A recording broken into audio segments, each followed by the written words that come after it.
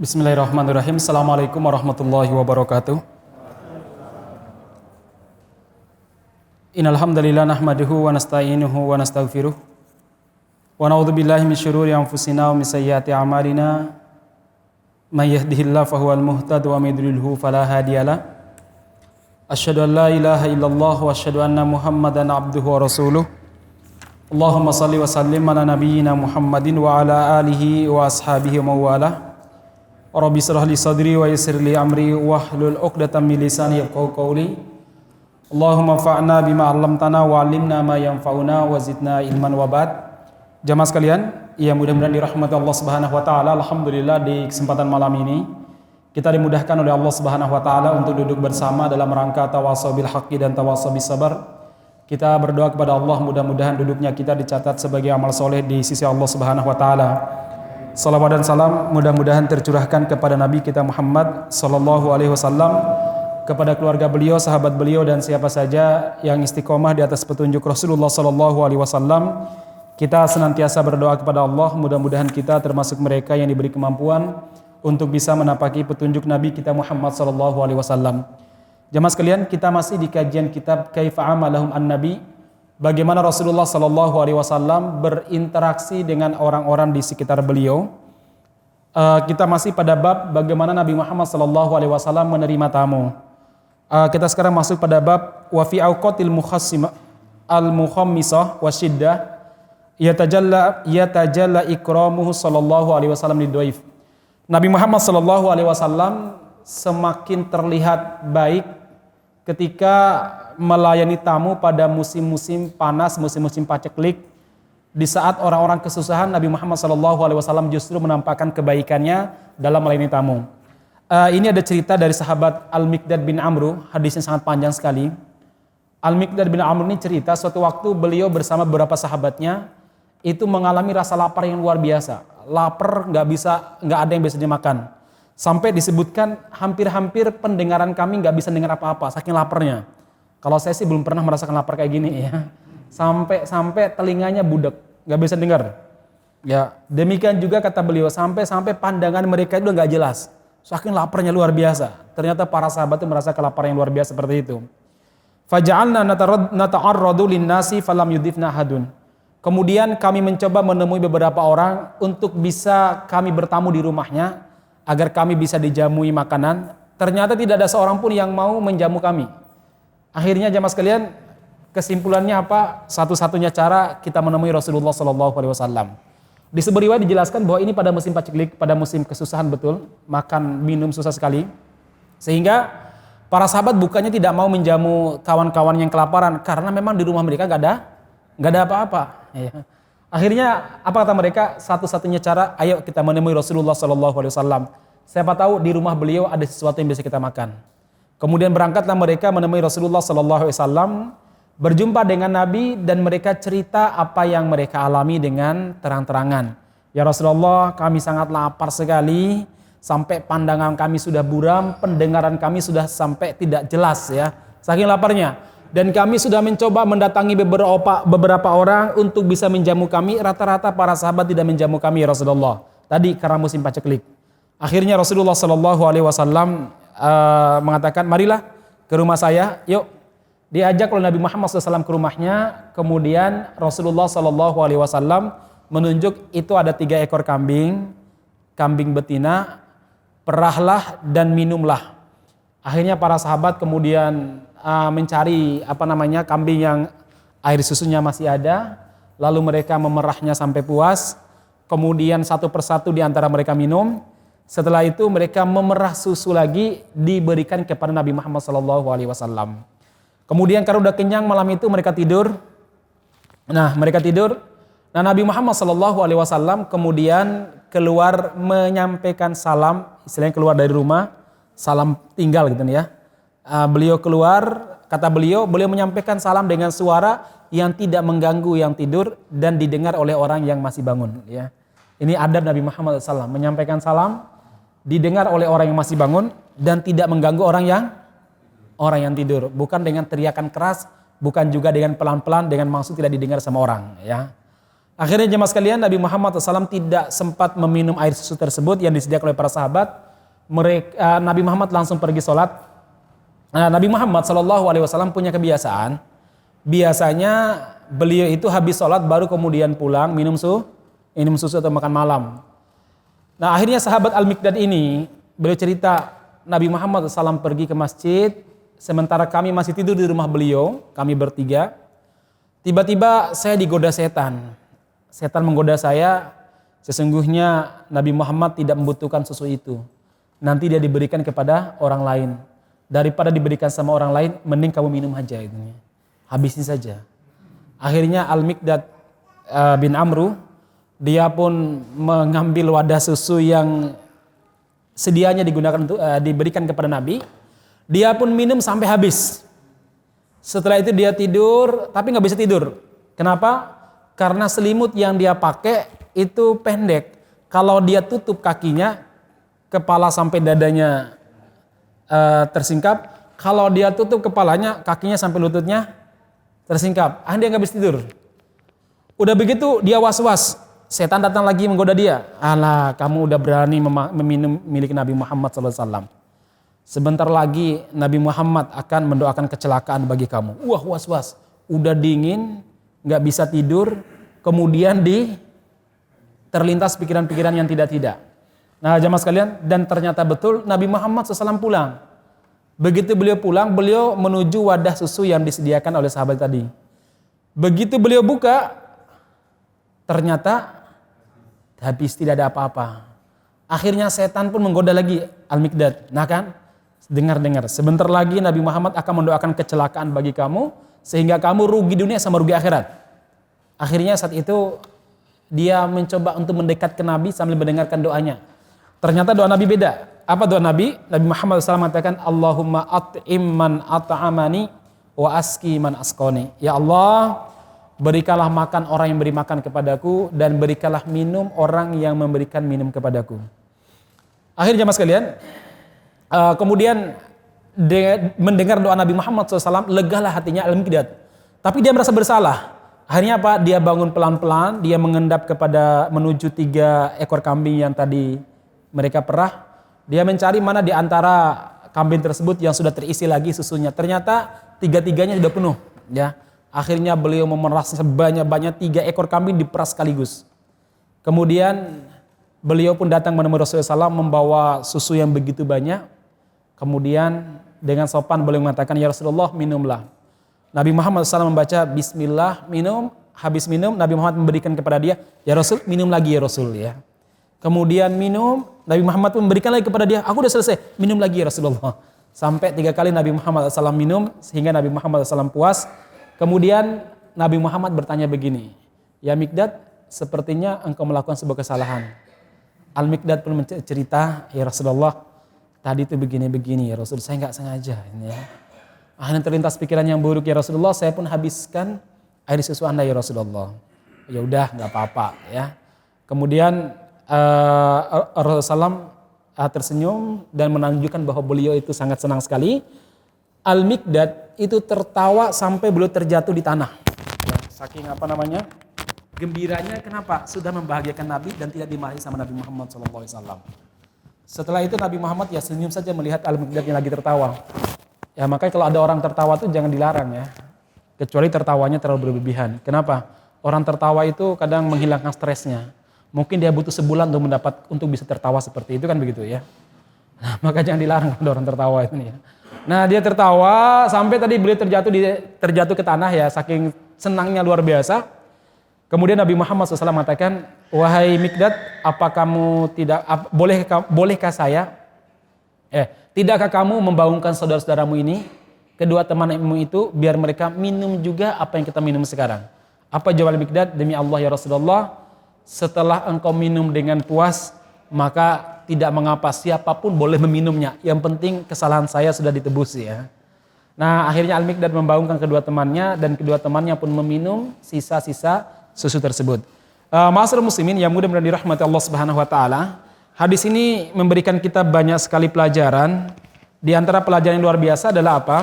Rasulullah SAW adalah orang yang sangat pemurah, beliau tidak menolak tamu walaupun pada musim paceklik. Bayangkan di saat semua manusia menolak tamu karena khawatir tidak bisa menjamu tamu, maka Rasulullah SAW tetap mencoba untuk menjamu tamunya walaupun seadanya, hanya susu kambing. Saya nggak tahu orang dulu cara minum susu kambing gimana ya. Kalau kita kayaknya baunya apa? Perengus gitu ya. Iya ya. Baunya susu kambing kan bau perengus seperti itu. Kebiasaan Rasulullah SAW kalau minum susu itu biasanya diperah itu langsung diminum. Jadi masih seger-segernya tuh ya, masih hangat-hangatnya.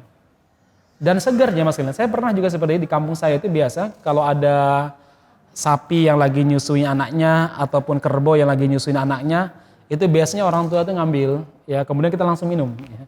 Dibersihkan dulu puting susunya dibersihkan.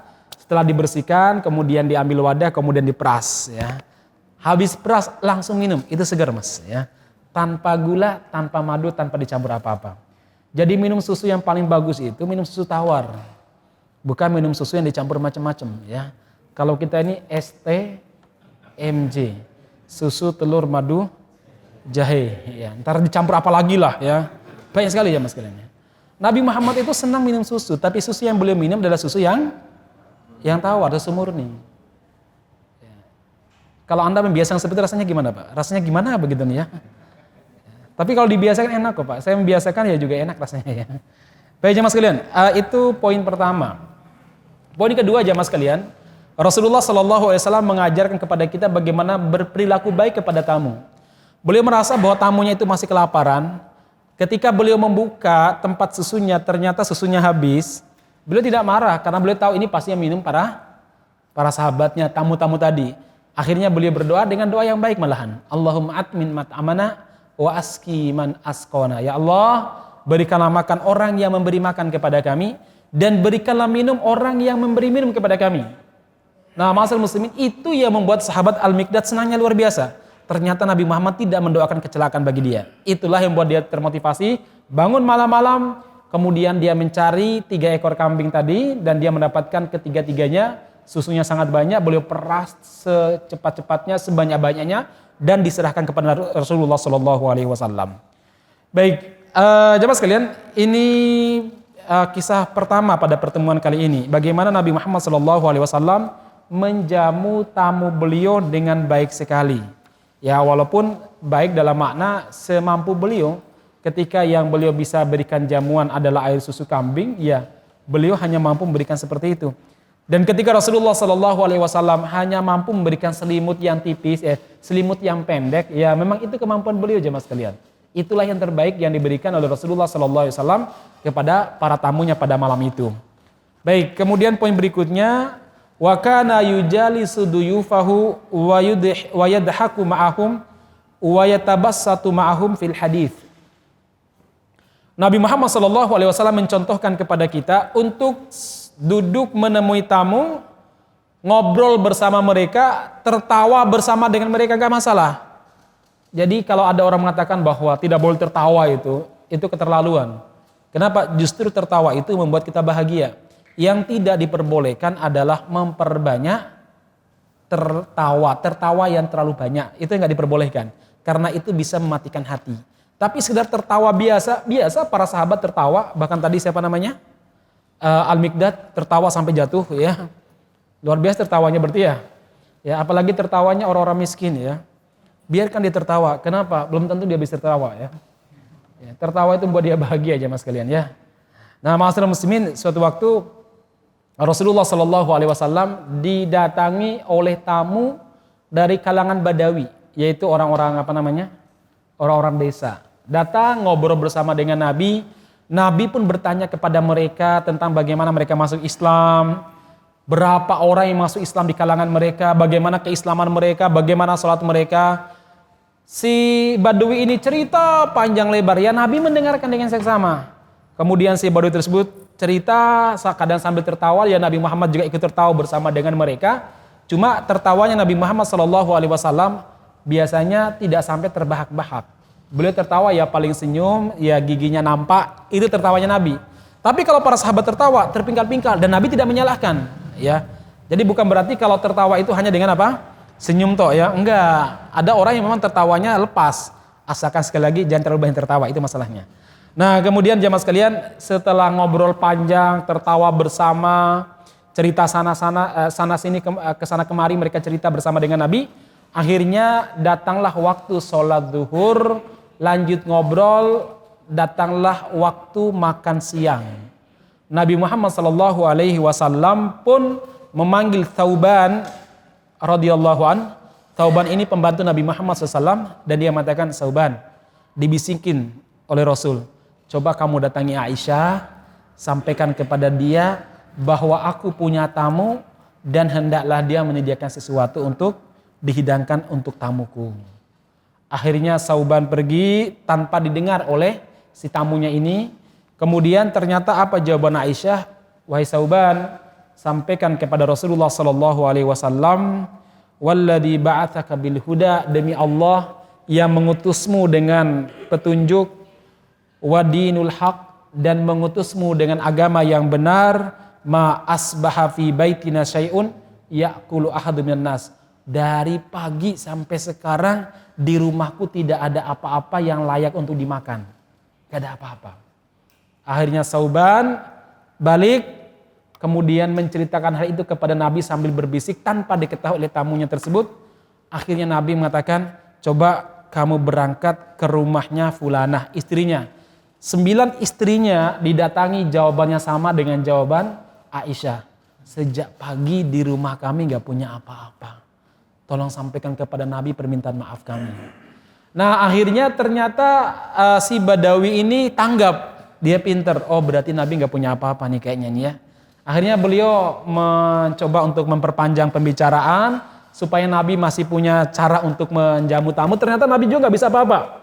Akhirnya si Badawi ini ngomong begini, wahai Rasulullah, kami orang Badawi terbiasa hidup sederhana, hidup kami keras. Kami makan kurma dengan susu kadang cukup, bahkan kurma air putih ya cukup ya Rasulullah, biasanya begitu ya Rasul. Nah artinya dia memberikan isyarat kepada Nabi, jangan terlalu mewah-mewah menjamu kami, udah apa adanya saja. Nabi Muhammad menangkap hal itu. Kemudian kata Thauban, lewatlah kambing betina milik Nabi Muhammad SAW yang namanya, sebentar, ada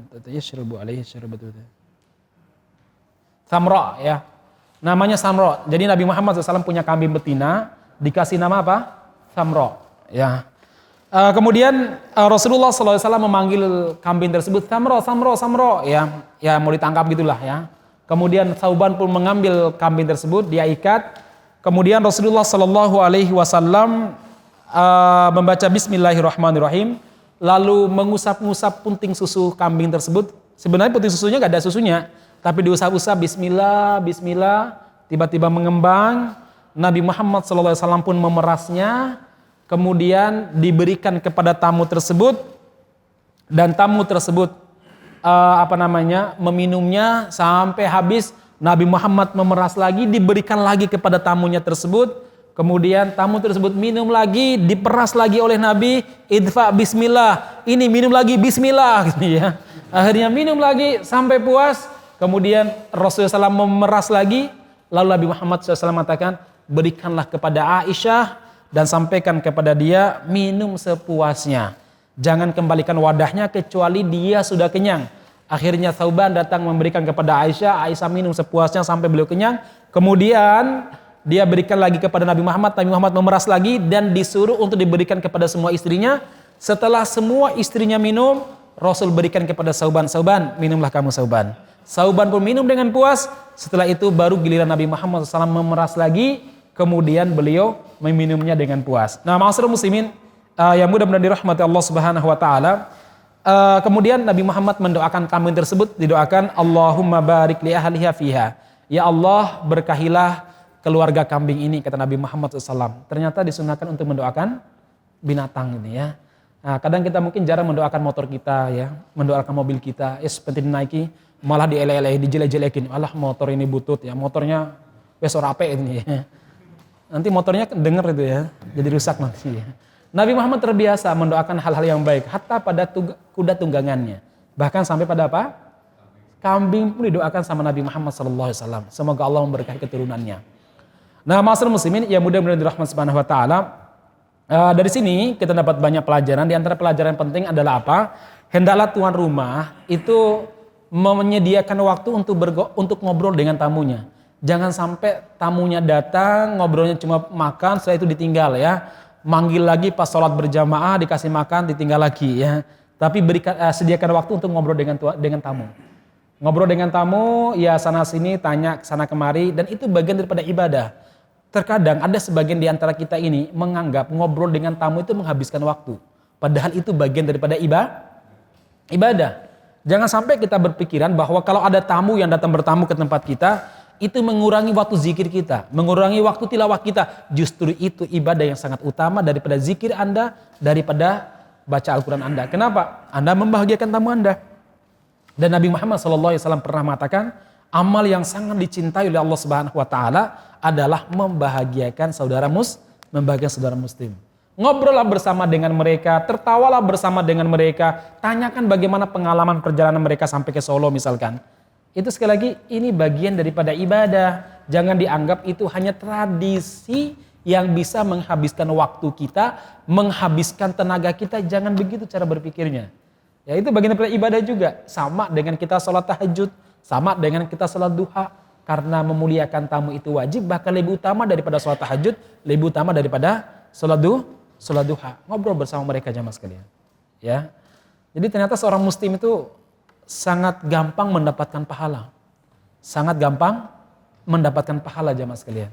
Ngobrol dengan tamu, membahagiakan tamu, itu sudah dapat pahala. Masya Allah jamaah sekalian ya. Jadi memang agama Islam ini agama yang sangat murah ya. Maksudnya sangat murah hati. Dengan cara apapun orang bisa masuk surga. Ya. Termasuk memuliakan tamu. Mungkin dalam pandangan kita memuliakan tamu itu bagian dari tradisi. Tapi dalam Islam memuliakan tamu, ngobrol bersama dengan mereka, tertawa bersama dengan mereka, menghidangkan yang terbaik untuk mereka, itu bagian daripada ibadah. Satu, ibadahnya karena mencontohi Nabi. Yang kedua, ibadahnya karena membantu orang. Tiga, ibadahnya karena membuat orang senang. Nah ini jamaah sekalian. Ya pentingnya tamu diajak ngobrol, kesana kemari, kemudian memberikan hidangan terbaik kepada tamu. Saat itu Rasulullah SAW mencoba untuk memberikan terbaik kepada tamu. Ternyata tidak ada apa-apa di rumah beliau. Maka tamu pun tanggap. Nah ini penting juga saat kita bertamu, ketika tuan rumah misalkan dalam kesusahan, satu, jangan lama-lama lah ngobrol. Ya. Yang kedua, ya nggak usah minta yang mewah-mewah banget. Ya. Kalau bisa pergi bertamu sambil membawa oleh-oleh juga. Ya. Apalagi mungkin bertamu kepada saudara kita, teman kita yang secara ekonomi di bawah standar. Ya. Maka tadi ya, sebaiknya jangan terlalu merepotkan mereka. Nanti ada cerita bagaimana Nabi Muhammad SAW menjadi tamu. Baik jemaah sekalian, itu kisah yang kedua pada pertemuan kali ini. Kisah berikutnya adalah apa? Ada sebentar lagi ya. Yang berikutnya pelajaran yang bisa kita ambil di sini sebutkan. Yang berikutnya adalah apa jemaah sekalian? Ternyata keluarga Nabi Muhammad SAW dididik untuk zuhud sampai semua istri Nabi seperti disepakati hari itu nggak punya apa-apa. Menunjukkan apa? Zuhudnya mereka jemaah sekalian. Terus mereka makan apa? Makan sederhana. Jadi menjadi istri Nabi itu nggak selamanya hidupnya mewah. Bahkan Aisyah radhiyallahu anha pernah cerita, kadang satu pekan nggak ada apa-apa kecuali air putih sama kurma. Anda makan 3 hari saja, cuma air putih dan kurma, rasanya gimana Pak? Saya yakin sampean kembung pasti. Ya. Ini Masya Allah istri-istri Nabi Muhammad SAW, qanaahnya luar biasa. Wajar kalau istri-istri Nabi akan menjadi istri beliau juga di akhirat nanti, di surga nanti. Karena qanaahnya mereka, sabarnya mereka menemani Nabi Muhammad SAW.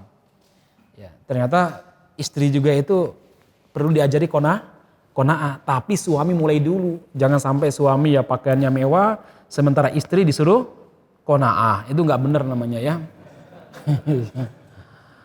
Suami pulang pengajian bisa mampir di mie ayam, bakso. Di rumah istri nanya, "Mas, aku belum makan sukono AWD ya." Itu ada tempe atau tahu tuh ya. Ini nggak bener ya. Nabi Muhammad mengajarkan kepada istrinya qanaah, beliau mempraktekkan. Ya, kadang beliau itu sampai rumah nanya, Aisyah, ada makanan enggak? Enggak ada ya Rasulullah. Ya wes, aku tak puasa. Subuh hari pesan seperti itu. Subhanallah jemaah sekalian. Ini Rasulullah Shallallahu Alaihi Wasallam. Dan kalau belum dihidangkan oleh istrinya apa saja, beliau tidak pernah mencelanya, apalagi mencacat-cacatinya nggak pernah. Mencacati makanan lebih nggak pernah. Kalau beliau suka beliau makan, kalau tidak suka beliau diam.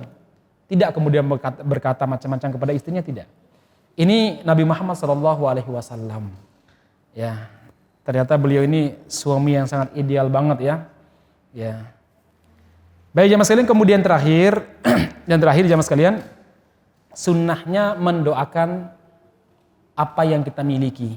Nabi Muhammad mendoakan kambing. Kalau kita pikir kok kambing didoakan, kenapa sih? Kan cuma seekor kambing. Tapi bagi Nabi Muhammad SAW, kambing adalah barang beliau, kambing adalah ciptaan Allah Subhanahu Wa Taala dan perlu didoakan. Sebagaimana Nabi Muhammad SAW mendoakan keberkahan harta bagi orang yang memberikan harta kepada beliau. Itu apa? Barakallahu fi malika wa ahlika. Semoga Allah memberkahi hartamu dan keluargamu. Dan di sini Nabi Muhammad mendoakan siapa namanya? Mendoakan kambing, Allahumma barik li ahliha fiha. Ya Allah, berkahilah keluarga kambing ini.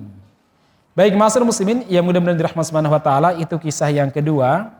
Kisah yang ketiga di sini disebutkan wa idza lam yajid an-nabiy sallallahu alaihi wasallam ma yukri bihi dhaifa dafa'ahu ila ba'di ashabihi liyukriyahu. Kalau Nabi Muhammad sallallahu alaihi wasallam didatangi oleh tamu dan beliau tidak memiliki apa-apa untuk dihidangkan kepada tamu, maka beliau akan menawarkan kepada para sahabat untuk menjamu tamu beliau. Saya pernah cerita kepada antum, suatu waktu Nabi Muhammad sallallahu alaihi wasallam didatangi oleh tamu. Kemudian Nabi Muhammad SAW memanggil Abu Hurairah yang saat itu beliau tinggal di emperan masjid. Beliau bilang, wahai Abu Hurairah, coba tanyakan istri saya satu persatu, ada nggak malam ini sesuatu yang digunakan untuk menjamu tamu? Akhirnya Abu Hurairah datang ke istri-istri beliau, datang ke Aisyah. Aisyah bilang, malam ini kami nggak punya apa-apa. Ke Hafsah juga demikian. Ke Zainab juga demikian. Ke siapa lagi? Ke Sofia juga demikian. Dan semua istri beliau mengatakan malam ini kami nggak punya apa-apa untuk diberikan kepada tamu. Mintakan maaf kami kepada Rasulullah Shallallahu Alaihi Wasallam. Nah, ini adabnya seorang istri ya. Dimintai bantuan ketika nggak bisa malah minta maaf. Ini seni berkomunikasi tingkat tinggi. Kalau kita ini enggak ya. Kalau dimintai bantuan nggak ada, ya serampung gitu. Ya mbok minta bantuan sana toh. Kalau istri Nabi begitu, sampaikan maaf kami kepada Nabi, malam ini kami nggak punya apa-apa untuk dihidangkan kepada tamu Rasulullah Sallallahu Alaihi Wasallam. Nah jemaah sekalian, kemudian Rasulullah SAW ketika mendengarkan hal itu, lalu beliau berdiri di hadapan para sahabat, beliau tanpa malu-malu mengatakan, mayudifu hadhil lailata rahimahullah. Adakah di antara kalian yang malam ini mau menjamu tamu saya, semoga Allah merahmatinya. Karena mendengar semoga Allah merahmatinya, tiba-tiba ada salah seorang sahabat Ansor berdiri tanpa tahu di rumah ada apa. Ana ya Rasulullah, saya akan menjamu tamu Anda. Baik, saya pulang dulu ya Rasul, nanti saya jemput tamu Anda. Akhirnya dia pulang, sampailah dia di rumahnya dan dia berkata kepada istrinya, akrimi doifa Rasulillah Sallallahu Alaihi Wasallam. Istriku muliakan tamu Rasulullah Sallallahu Alaihi Wasallam. Istri mengatakan, ma indana ila kutusibiyani. Tidak ada apa-apa. Kita nggak punya apa-apa kecuali beberapa kepingan roti untuk anak-anak kita. Anak kita belum makan. Kemudian sang suami mengatakan, hayy tu'amiki. Siapkan makanan tersebut. Kemudian tidurkan anak-anakmu, nggak usah makan nggak apa-apa ya. Tidurkan anak-anak kamu ya. Kemudian persiapkan makanan tersebut. Kemudian nanti saya akan manggil tamu Rasulullah Sallallahu Alaihi Wasallam. Nah, kemudian kalau seandainya kami masuk ke dalam kamar tamu maksudnya, saya akan matikan lampu dan saya akan hidangkan makanan tersebut biar tamu Rasulullah SAW kenyang. Kemudian jemaah sekalian, akhirnya dia keluar menemui tamu Nabi Muhammad SAW. Dia bawa pulang ke rumahnya kemudian begitu masuk ke ruang tamu, dia melakukan satu gerakan seperti nggak disengaja, tapi disengaja untuk mematikan lampunya. Supaya apa? Supaya tamu nggak melihat berapa jumlah makanan. Ya. Kemudian beliau hidangkan makanan tersebut di tengah remang-remangnya malam, sambil ngobrol dia pura-pura makan ngambil ya, seperti mengunyah tapi nggak mengunyah apa-apa, seperti mengambil tapi tidak mengambil apa-apa. Sementara tamu terus mengambil makan tersebut sampai dia kenyang. Setelah kenyang, tamunya diantar untuk tidur. Kemudian si sahabat ini bersama istrinya dan anak-anaknya tidur di malam hari dalam keadaan lapar, tapi bisa memuliakan tamu Rasulullah Sallallahu Alaihi Wasallam. Nah, jemaah sekalian, pagi harinya Rasulullah Sallallahu Alaihi Wasallam didatangi oleh sahabat ini dan dia mengatakan, ya Rasulullah, alhamdulillah tadi malam saya sudah memuliakan tamu Anda. Apa jawaban Nabi Muhammad Sallallahu Alaihi Wasallam? Dohikallahu al-lailata au ajaba min fi'alikuma. Tahukah kamu tadi malam Allah Subhanahu wa taala tertawa. Allah Subhanahu wa taala takjub dengan apa yang kalian perbuat. Itu menunjukkan apa? Menunjukkan Allah sangat senang. Kalau Allah sudah senang berarti apa? Allah merahmatinya. Nah, kemudian Nabi Muhammad SAW mengatakan, maka karena melihat perbuatan kalian yang luar biasa memuliakan tamu, tadi malam ada satu ayat yang diturunkan oleh Allah untuk mengabadikan tentang kalian. Allah Subhanahu wa taala berfirman dalam surat Al-Hasyr ayat 9. Apa itu? Wa yu'thiruna ala anfusihim walau kana bihim khasasah wa may yuqashuha nafsihi faulaika humul muflihun. Di antara ciri-ciri orang beriman, terutama sahabat-sahabat Rasulullah SAW, sahabat Ansor, adalah apa? Yu'thiruna ala anfusihim. Mereka itu mendahulukan orang lain atas diri mereka. Walau kana bihim khasasah, walaupun mereka sangat membutuhkan barang tersebut. Tadi kan, mereka mendahulukan tamu walaupun mereka sangat membutuhkan makanan tersebut. Kemudian Allah mengatakan, wa may yuqashuha nafsihi, siapa yang belajar untuk tidak kikir, tidak dikuasai oleh kebakhilan, faulaika humul muflihun, orang-orang inilah yang akan beruntung dunia akhirat. Ternyata dermawan itu butuh dilatih, dan orang yang terlatih untuk berbuat dermawan, maka Allah Subhanahu wa taala akan menjadikan dia orang dermawan. Wa may yuqashuha nafsihi, siapa yang dijaga dari kebakhilan dirinya, maka faulaika humul muflihun, dia adalah orang-orang yang beruntung. Ma'asyiral muslimin, yang mudah-mudahan dirahmati Allah Subhanahu wa taala, ini banyak pelajaran yang bisa kita ambil, tapi kita ambil beberapa poin saja. Di antaranya jamaah sekalian, semangat Nabi Muhammad SAW untuk memuliakan tamu. Karena memuliakan tamu adalah kewajiban. Ketika kewajiban beliau tidak bisa penuhi, maka beliau tawarkan kepada para sahabat, siapa tahu ada di antara para sahabat yang mau memuliakan tamu beliau. Ini poin pertama. Poin kedua jamaah sekalian, seorang pemimpin tidak mengapa meminta bantuan kepada bawahannya, kepada pasukannya, ataupun kepada rakyatnya. Selama itu perkara-perkara yang baik. Janganlah dia berbohong ketika memang tidak punya apa-apa. Kalau memang negara ini nggak punya uang, jangan bilang di kantong saya ada 11.000 triliun gitu loh ya.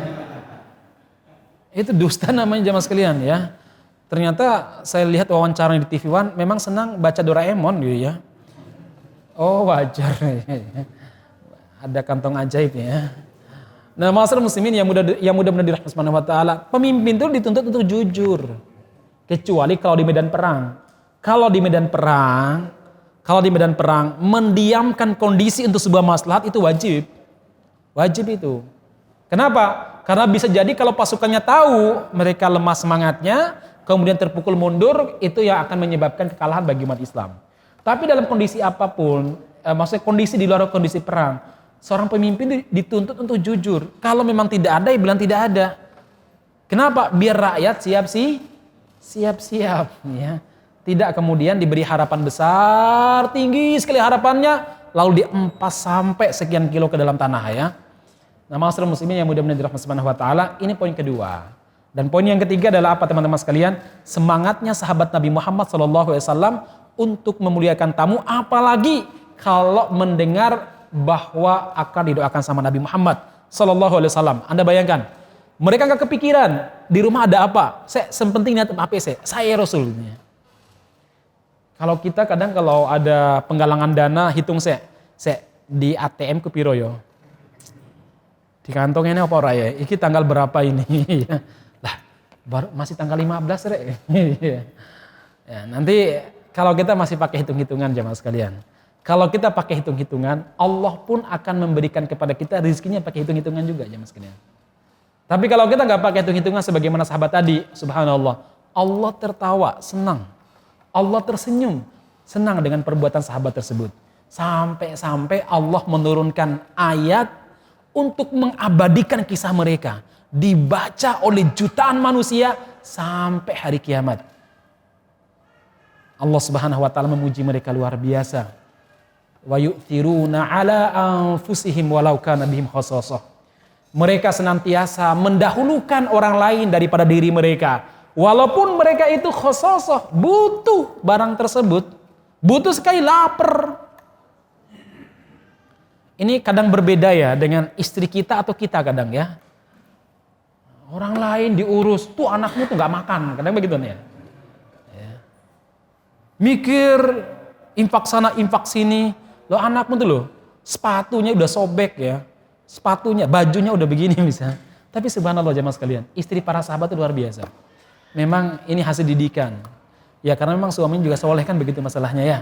Jangan berharap istri soleha kalau suaminya nggak soleh ya.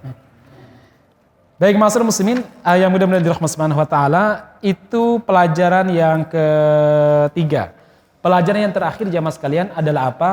Allah Subhanahu wa taala memberikan gambaran bagaimana karakter para Ansor, sahabat-sahabat asli Madinah. Apa karakter mereka? Wa yu'thiruna ala anfusihim walau kana bihim khassasah. Mereka adalah orang yang senantiasa mendahulukan orang lain, mendahulukan orang-orang beriman walaupun diri mereka itu sangat membutuhkan. Ini nampak ketika para muhajirin datang hijrah ke Madinah.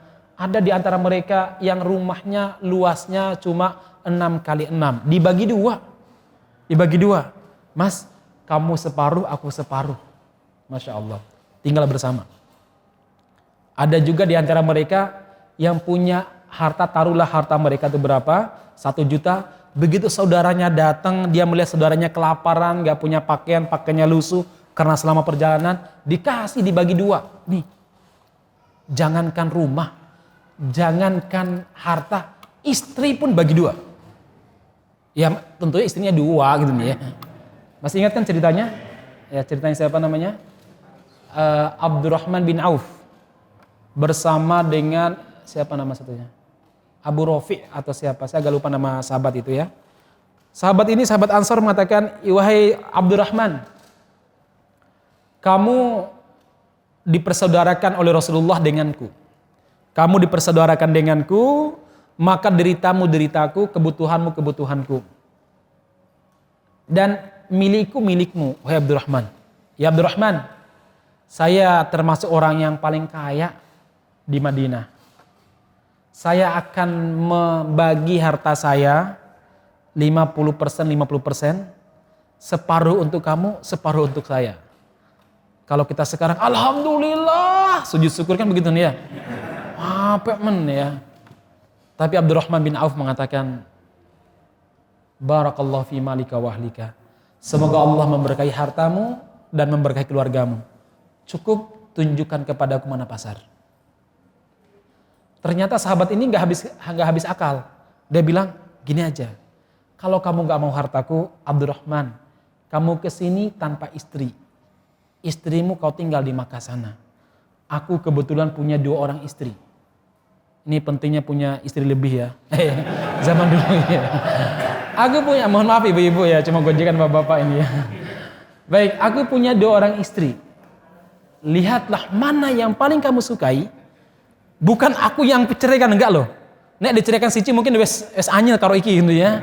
Enggak, lihatlah mana yang kamu sukai, yang paling kamu ta'ajubi, ya yang paling kamu senangi. Tunjuk, tak ceraikan, nanti habis masa iddahnya nikahi dia.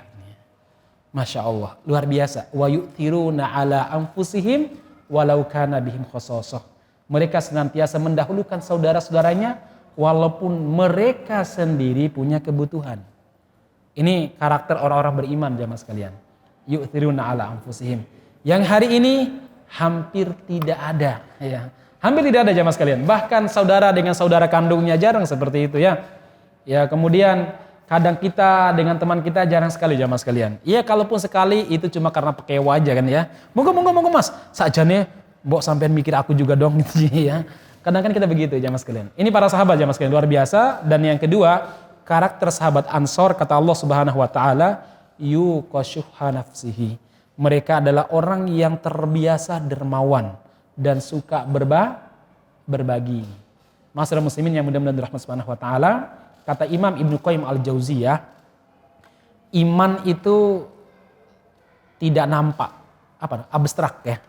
Iman itu nggak bisa kita lihat, nggak bisa kita ukur bobotnya berapa, nggak bisa kita skornya udah berapa skor iman kita, ini nggak bisa jamaah sekalian.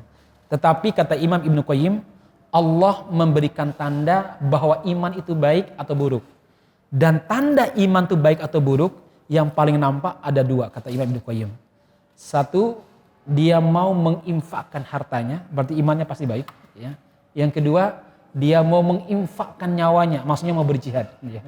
Jadi kalau ada orang yang siap berinfak dan siap berjihad, itu insya Allah imannya baik jamaah sekalian. Insya Allah imannya baik. Kalau ada orang bakhil, berarti bermasalah pada imannya. Apalagi kalau dia tidak mau terlibat dalam memperjuangkan Islam. Itu pasti ada masalah dalam imannya. Baik, saya kira demikian apa yang sampaikan, mudah-mudahan bermanfaat. Barakallahu fikum ajma'in. Insya Allah kita lanjutkan pada pertemuan depan. Masih pada bagaimana Nabi Muhammad SAW menerima tamu. Setelah itu nanti kita akan belajar bagaimana Rasulullah SAW ketika menjadi tamu. Demikian. Assalamualaikum warahmatullahi wabarakatuh.